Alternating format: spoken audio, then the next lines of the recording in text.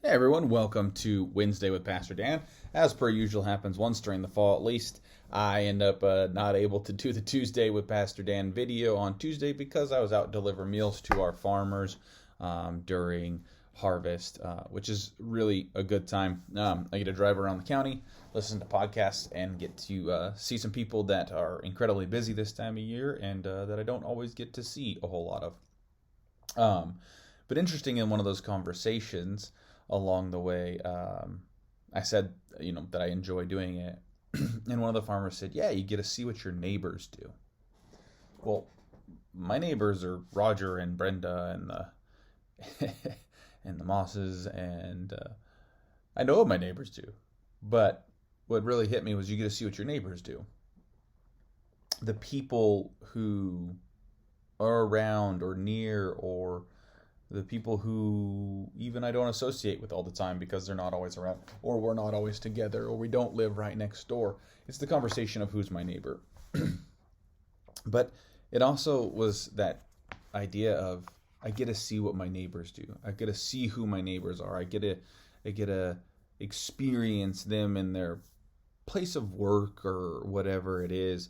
Um, I see them and meet them at their level, at their time, at their place. Um, and that's powerful. And in a world in which is based on fear, it is heavily based on fear, and fear is continually pushed. And the narrative is to be afraid of your neighbor, of who's moving in next door, because some scary predator might move in next door, or stranger danger, or all of these things that are influenced to make us scared. Because the easiest way to control people is to scare us, and once we're afraid of everyone else, then you know, we don't have neighbors. We don't see what our neighbors do. We don't care what our neighbors do because our neighbors probably are bad people, um, and we go down that route. But that's not scriptural. It's not who we are as a faithful people. It's in fact nowhere in Scripture does it say to be afraid. In fact, it says, "Do not be afraid." And I know I've talked about this about 10,000 times. It says, "Do not be afraid" or "Do not fear" like 360 plus times or something like that. Something crazy, huge amount. So how do we continue to slip and let everyone tell us and in fact manufacture that fear as faithful people for other people? Oh, they should be afraid to do this or that, or they should be afraid of so and so, or this and these people, or we live out of this fear mindset when faith is a freedom.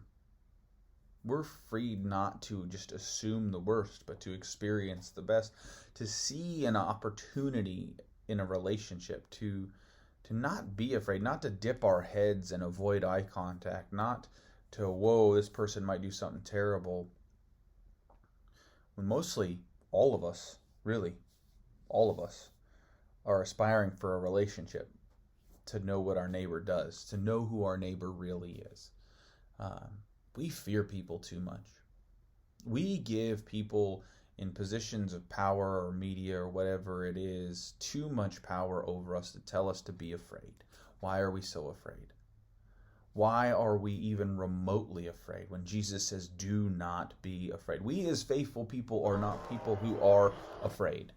We as faithful people are people who live into the truth that all people are created in the image of God. All people are God's beloved, and that we have opportunity in them to experience God, grace, and love and hope. And then we have that also to give out. But if we live in fear, we never give it out. We never share it, and we hold on to it, and it festers. It's not love. It's something else. I don't know what it is.